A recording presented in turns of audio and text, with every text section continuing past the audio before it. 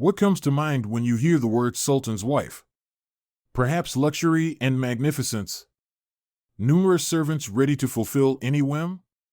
But in reality, you would never agree to marry a sultan and become his favorite wife. What did these women endure to enter the harem? Why would the dazzling Topkapi Palace actually horrify you? Why would the dream of every harem concubine become your worst nightmare? And is it true that concubines who fell out of favor were simply executed? Meet our heroine, the famous harem from the TV series Magnificent Century. It might seem that she didn't just become one of the Sultan's wives, but was his favorite and adored woman, a favorite of one of the most notable Ottoman rulers in history. Suleiman even created a special title for her, Hasiki. But to become the wife of Suleiman the Magnificent, she had to endure countless trials. First, she was kidnapped from her home by Tatars, deprived of her family, and taken to the slave market like a powerless servant. Imagine being torn from your home and put up for sale. At the slave markets, girls were divided into two groups. Those who were not particularly beautiful were given only iron collars and sold as maids or to the harems of less wealthy Turks. Those like our heroine, who were beautiful, lived under different conditions. They were dressed up and well-fed. After several resales, harem became a gift for Said Saad Suleiman. And at the age of 15, the doors of the harem closed behind her forever. The girl she once was disappeared, and in her place emerged Hurrem, a name that means bringer of joy in Persian. But who was Hurrem really? The Poles believe her real name was Alexandra, and she was the daughter of a priest from Rohatyn named Gavrila Lasovsky. This version, however, only appeared in literature in the 19th century. A member of the Polish-Lithuanian Commonwealth's embassy to the Ottoman Sultan in the early 17th century, Samuel Twardowski, wrote that according to the Turks, Roxolana was the daughter of an Orthodox priest from Rohatyn. In Europe, Hurrem was known as Roxolana. This is how the ambassador of the Holy Roman Empire, Ogier Gizelin de Busbek, refers to her in his Turkish letters published in 1589. Allegedly, she was called Roxolana because she came from Roxolania, a term used in Western sources at that time to refer to Rus. The Venetian ambassador to the Ottoman Empire, Bernardo Navagero, also called Hurrem a Russian. Another Venetian ambassador, Giovanni Battista Trevisano, referred to her as the Sultana from Rus. Hurrem was also called Russian by yet another Venetian, the military commander Marcantonio Bragadin. But let's return to the young beauty who found herself locked behind the doors of the harem. What did our young heroine see when she arrived at the Topkapi Palace? I'm afraid you wouldn't like it.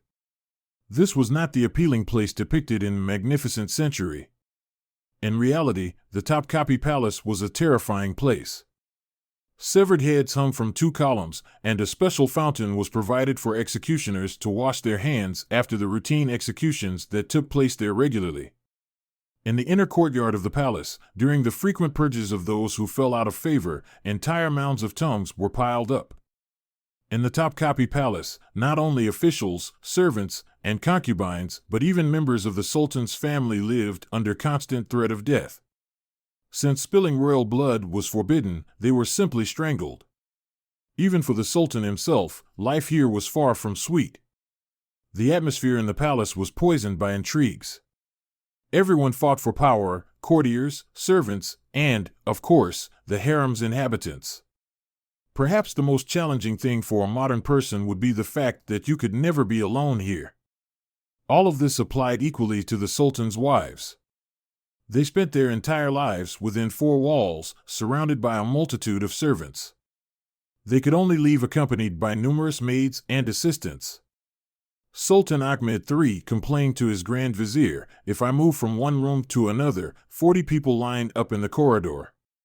When I get dressed, the guards watch me. I can never be alone." The mighty Sultan never slept alone. Guards always stood around the perimeter of his bed for safety, even when his wife or a concubine visited. Don't think it was dark and nothing could be seen. Candles were lit in the corners of the bed, brightly illuminating the chambers. The guards' duties included closely monitoring everything that happened. If the sultan accidentally knocked over a candle, they had to remove it quickly to avoid a fire. Meanwhile, the ruler had to spend most of his life in absolute silence. It was considered unbecoming for the sultan to speak too much, so a special sign language was invented for him. When one of the sultans, Mustafa I, driven mad by this eternal silence, tried to abolish it, his subordinates fiercely resisted. In the end, the poor sultan really did lose his mind. He often went to the seashore and threw coins into the water, hoping the fish would spend them on something. Such was the Eastern fairy tale. Having tasted the bitter fate of a captive, our heroine was determined to survive at all costs. She immediately began to study diligently.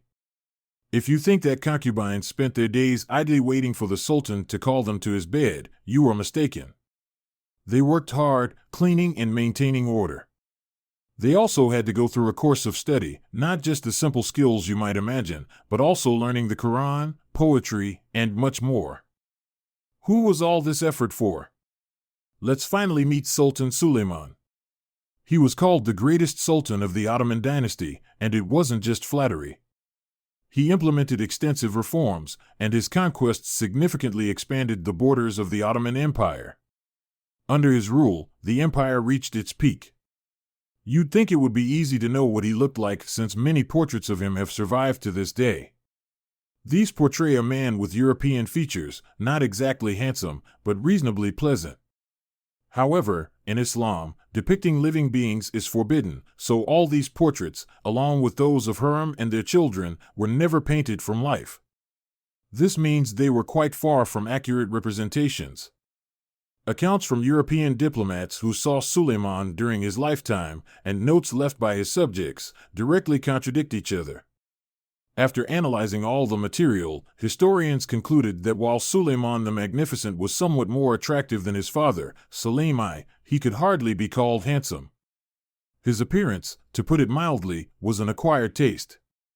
Venetian diplomat Benedetto Ramberti, who served in the embassy, described the great Padishah as follows: his neck is long and very thin.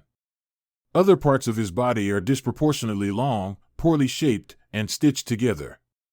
He also noted the Sultan's disproportionately long arms, a trait shared with his ancestor Sultan Orhan Gazi.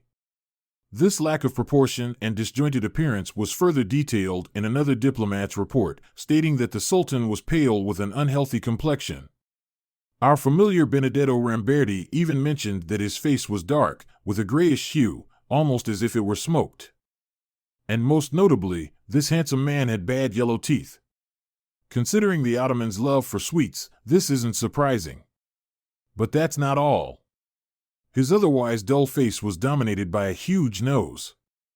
Benedetto Ramberti tactfully noted that he had an eagle-like nose, quite large compared to his other facial features, while his eyes were small, deep-set, and brown. Many also remarked on the ruler's intense and sharp gaze, often compared to a hawk's and likened to a sharp sword. As for the ruggedly handsome beard worn by Halit Ergenç in the TV series Magnificent Century, the real Suleiman didn't have it at all. He only grew a beard during military campaigns, always shaving it off when he returned to the Topkapi Palace. However, he did have a mustache, which Europeans described as long and red. Finally, the real Suleiman likely couldn't have strutted around the palace with such pride. Historical sources indicate that he waddled from side to side. Firstly, some reports suggest he was a bit overweight due to his love of feasts. Secondly, and most importantly, he had very bowed legs from spending his entire life on horseback from an early age. Unproportionate, with a long neck, sickly complexion, a huge nose, small eyes, yellow teeth, and bowed legs, he was far from the embodiment of a harem girl's dreams. Eyewitness accounts also differ significantly on his height. Some say the Sultan was tall, while others claim he was no more than 5 feet 5 inches, 165 centimeters. As for harem's appearance, some sources state that she was about 4 feet 11 inches, 150 centimeters, tall. One European diplomat, Pietro Bragadin, described her as a short woman with a masculine build and a long nose protruding from under her shawl. But harem was an intelligent woman and studied much more diligently than others. She completed a 5-year course in just 2 years as an external student. Her intelligence, many believe, was what so attracted the almighty Sultan. She wrote stunning poetry, and their correspondence suggests that she was also Suleiman the Magnificent's chief political advisor. But that moment was still far off. First, she had to solve the main challenge, transitioning from a powerless slave to the wife of the ruler. And there was only one way to do that: she had to bear him a son. It might seem straightforward, but it was anything but simple. To become not just a concubine but the ruler's legitimate wife, a woman had to accomplish several nearly impossible feats. The first was to end up in his bed. Yes, this was a rare stroke of luck, given that there were so many concubines that some hardly ever caught the ruler's eye. At times, their numbers reached up to 2,000. The most crucial condition was that she had to give birth to a child and then receive approval and a special decree from the ruler. Women who bore sons for the ruler were called Kadin Effendi and were considered the Sultan's legal wives. Pregnant women who hadn't yet given birth were called Iqbal. The senior wife was the one who bore the first son. Kadin Effendi were now addressed as Your Highness and were given their own quarters. Having a private room in the harem was a true luxury, as the rest lived in a common dormitory. The wife also received expensive gifts and many servants. Additionally, a personalized menu of 15 dishes was prepared for her. Our heroine, Hurrem, was able to solve this first challenge rather quickly. She managed to attract the Sultan's attention and even find herself in his bedroom just 2 years after she entered the harem. But now, the young slave had to carve out a place for herself and, most importantly, survive in this den of snakes known as the harem. In reality, life in the harem was nothing like what is shown in the TV series. The rules that governed this giant women's dormitory would hardly appeal to you. If you think that the Sultan's main wife was in charge, you're mistaken. The Sultan's mother, the Valide, was the one who ruled over everything. She was the real authority. Often, she even decided who would spend the night with the Sultan. After the mother, the next in importance were the wives, the Kadin Effendi. The slaves, or Kariai, were simply the ordinary inhabitants of the harem. The lives of the Sultan's official wives were strictly regulated. For breaking written or unwritten rules and traditions, a wife could be exiled or even executed. Even the halvet, the night spent with the Sultan, was conducted under strict guidelines. The sacred night of Thursday had to be spent with his senior wife. According to tradition, the ruler was obligated to spend an equal amount of time with each of his wives. But, of course, the sultans often broke these rules. For example, Ahmed spent almost all his time with his favorite, Kozum, and Suleiman with our heroine, Hurrem. Surviving in the harem was not easy. The environment was harsh and unforgiving. If the sultan grew tired of a concubine after being captivated by a new one, he could simply order the old one to be executed, thrown into the sea in a leather sack, or strangled. The women of the harem themselves were ruthless in their quest for the sultan's love and power. Our heroine, Hurrem, was jealous and brutally beat Mahidevran, the mother of the sultan's son and the leading wife at the time. The Venetian ambassador Bernardo Navagero describes this episode. The Circassian woman insulted Hurrem and tore at her face, hair, and dress. Hurrem was quite lucky; Mahidevran only beat her. She could have quietly poisoned her, which happened as well. The senior wife of Sultan Afsi Mehmed, Gulnaz Sultan, out of jealousy, even threw her rival off a cliff during a picnic. There were rumors that the sultan's mother tried to turn her son against Hurrem and that it was Valide who insisted her son send Hurrem away, despite her having already borne him a son. Indeed, after the birth of their daughter Marima, Suleiman sent Hurrem away to a hunting lodge. Our heroine didn't understand why, but she left the harem with her head held high, not saying a word. In response to his letters, she humbly wrote that she was ready to accept his will. After this, the sultan brought her back to the palace, and it soon became known that she was pregnant. If a concubine managed to become pregnant after a night of love, she prayed it would be a son. This was considered the greatest blessing and meant that her quality of life would significantly improve. A woman who gave the sultan a son was immediately elevated from a mere hatin to a sultana. However, modern women wouldn't find much to celebrate in their place. At that time, there was a harsh law, the law of Fadi, which mandated that a new sultan must execute all his half-brothers, including infants. There was another point to consider. According to the rules of the Ottoman harem, a concubine who bore a son was no longer allowed to join the sultan for halvet.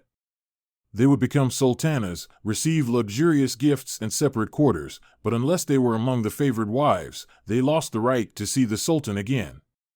From then on, their sole task was to raise their sons. These rules were designed to prevent any one wife from gaining too much influence over the sultan. The Valite sultan made sure to send only new girls to her son each time. Those who had already been through halvet, especially those who had given birth, could only walk the golden path twice under exceptional circumstances when they managed to win the sultan's heart. A favored concubine could visit the sultan's chambers as often as he wished, and harem rules had no say in it. This was the case with Ahmed and Kozum, Salim and Nurbanu, and, of course, with our heroine and Suleiman. All these women, despite everything, managed to endure incredibly difficult paths and become sultanas. They not only bore several children for their rulers, but they also became their legal wives. Nurbanu and Kozum even managed to rise to the rank of Valide. But what if a daughter was born? The mother would still receive gifts, though more modest ones, and she would be given separate quarters. However, she would not attain the coveted status of sultana. If the sultan lost interest in a concubine after she bore daughters, she could eventually receive a good dowry, marry, and leave the harem. However, she could not take her daughter with her. The daughter would remain in the palace. One advantage of bearing daughters was that the one concubine, one child rule didn't apply. The mother could get another chance. For example, Nigarhatun, a concubine of Sultan Bayezid II, first gave birth to a daughter, Fatma. But later, the sultan continued inviting her to his chambers, and she bore him one or two more children. But what were the sultan's relationships with his legal wives in the harem like? These were also very strict. Even official wives couldn't speak without his permission and couldn't sit until he allowed them to do so. When they had to walk past the sultan, they were required to remove their outer garments and hand them to a servant. The unpleasant appearance of Sultan Suleiman, as described by historians, seemed to match his inner world. It feels as though this great man had two different personalities.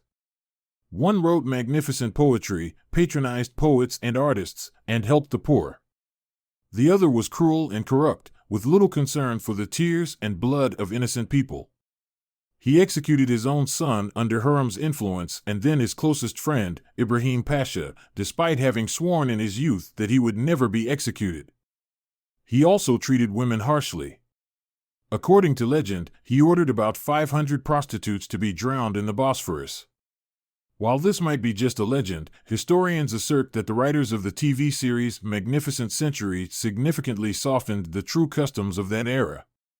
Society in the series is far more secular than it actually was. Most importantly, both Suleiman and his entourage are depicted as far less cruel than they were in reality. The renowned 19th century German historian George Weber wrote that Sultan Suleiman was a true tyrant, and neither kinship nor achievements could save anyone from his suspicion and cruelty. He was extremely strict and kept all his numerous women under tight control. Everyone feared him, including Hurrem. Any conflict could end with an intriguer losing her head. It's best to stay as far away as possible from such cunning and dangerous people. Sultan Suleiman was so feared around the world that the King of France banned French people from dancing in pairs after Sultan Suleiman disapproved of this new trend and expressed concern that this fashion might reach them. At the same time, George Weber noted that Suleiman won the favor of the people through good deeds. He freed forcibly taken craftsmen and built schools. He was truly a complex character. In the TV series Magnificent Century, it seems like Suleiman spends most of his time dealing with the many inhabitants of his harem. However, during his 46-year reign, he spent the majority of his time on military campaigns, covering over 50,000 kilometers, not in a comfortable car, but on horseback. So, physically, he couldn't have seen his wives and concubines as often as the show suggests. The life in the harem depicted in the series is also far from reality. Experts in Ottoman history find it amusing how freely the wives and concubines stroll wherever they please in the show. The series also overlooks the fact that the harem of that era was somewhat like a Turkish finishing school for noble girls. It wasn't just the sultan's wives and concubines who lived there, but also noble girls from prominent families who had no intention of ending up in the sultan's bed. They were simply receiving a good education to later marry well. Ordinary concubines in the harem spent most of their time within four walls. They didn't have much free time, they were either working or studying. A break for all the harem's inhabitants was only given twice a year. During these times, they were completely free from work and study and could spend the entire day outdoors at a sort of picnic in the garden, where special treats and sweets were prepared for them. However, the sultan's legal wives were always exempt from work. Their primary occupation was caring for their appearance, especially their hair, as it was considered the main tool to attract their husband's attention. Another reason why most modern women wouldn't agree to be the sultan's favorite wife is that they could easily be separated from their children. Our heroine, Hurrem, managed to stand out from the crowd, win the sultan's favor, and finally draw a so-called lucky ticket. She bore him a son. She was about 17 years old at the time. Sultan Suleiman, who had just returned from a campaign, named the boy Mehmed. It seemed she had achieved everything she wanted. She should have been living happily. But the baby was born prematurely, at 7 months. The physicians constantly mentioned the poor condition of her womb, which deeply offended our heroine. But then her child was taken away from her. Suleiman's mother, Valide Hafsa Sultan, decided that Hurrem was not capable of nursing her newborn grandson, and she was only allowed to visit her little son occasionally.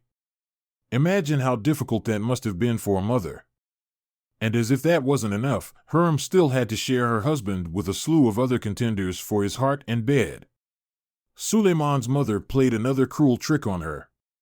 When Hurrem was mourning her second son, one of the Sancak Beys gifted the Sultan some beautiful Russian concubines. Valide immediately ordered one of them to be sent to the Sultan for halvet. When Hurrem heard that a concubine was being prepared for a night with her beloved, she caused such a scandal that even the Sultan, who apparently wasn't aware that a concubine was being brought to him that evening, found out. When he came to Hurrem, she told him that either the Russian slaves would leave or she would. The Sultan even forced his mother to apologize to Hurrem and take the concubine back.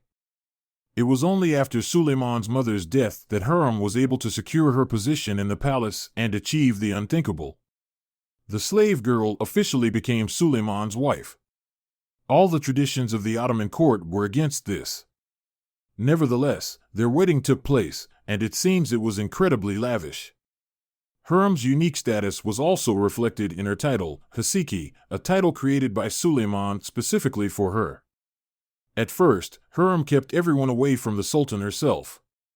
Later, the Sultan gave up his concubines, as he had sworn love and fidelity to his deceased beloved. Harem records confirm that he indeed remained faithful to her after her death and never invited any harem residents to his quarters again. However, the harem took in not only girls but also boys, who were turned into eunuchs. Eunuchs were considered to be of a neutral gender, and many sultans allegedly had relations with them. For instance, Suleiman's chief eunuch left notes stating that the magnificent sultan would periodically summon him to relieve tension. After Hurrem's death, this chief eunuch wrote that he visited the sultan every Friday. It is said that this account has supposedly survived to this day, though we have not found evidence supporting this version. Turkish historian Nedim Gürsel even proposed an unusual theory that Suleiman's true love was not Hurrem, but Ibrahim. After studying the Sultan's personal letters, he now claims that the Sultan and the Grand Vizier were connected by more than just friendship. Allegedly, this is why Ibrahim disliked Hurrem. However, this theory has not been officially confirmed. Now, listen to what European diplomats wrote about Ibrahim. I'll quote, "Ibrahim is greatly loved by the Sultan. The Sultan cannot be without him. Ibrahim often sleeps in the palace in the same bed as the Sultan, with his head touching the Sultan's head. Every day, the Sultan writes him several notes by hand and sends them through his mute servant. So, it's clear that the Sultan couldn't live without Ibrahim. There's plenty of evidence that it was Ibrahim, not Harem, who controlled the powerful Padishah. One of Ibrahim's enemies even went so far as to call him a male prostitute. Quite the irresistible conqueror of women's hearts, isn't he? Now, tell me, would you be willing to go through everything Harem did for this? Share your thoughts in the comments. Thanks for watching, and see you in the next video.